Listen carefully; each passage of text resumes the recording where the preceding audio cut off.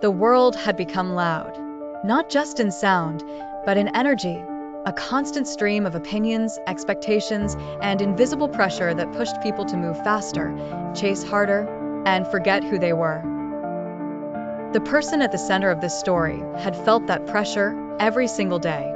They woke up with good intentions, to breathe, to start calmly, to remember gratitude, but within minutes, the world invaded. Notifications, tasks, unfinished goals, the quiet fear of not being enough.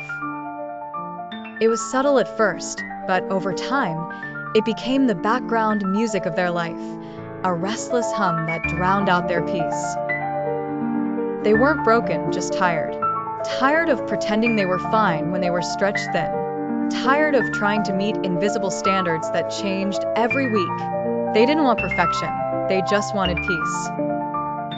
One morning, as the sunlight spilled through the blinds, they sat still for a moment longer than usual. No phone, no agenda, just silence. And in that silence, they realized something powerful. The noise outside wasn't the real problem. The real battle was inside, the part of them that believed they had to keep up with everything and everyone to be worthy of rest. That realization was small but honest. And honesty, even when it's quiet, is where healing begins.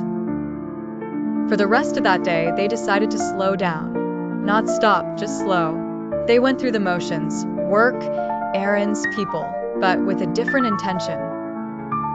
Instead of chasing, they started noticing. They listened to the tone in people's voices. They noticed their own heartbeat. They started asking, what's actually true in this moment? That question began to change everything. It showed them how often they reacted from habit, not truth. How many times they said yes out of guilt or no out of fear. How many decisions they made based on what they thought others would approve of, instead of what they actually felt. There was no judgment in this realization, only awareness. And awareness was the first doorway out of the chaos. They began observing life differently, not as a storm to survive, but as an experience to understand. Each interaction, each emotion, each setback carried information. When they got frustrated, they asked, what is this moment showing me? When they felt drained, they asked, where am I giving more than I have? They started to see patterns, where they were honest and where they were pretending, where they were aligned and where they were performing.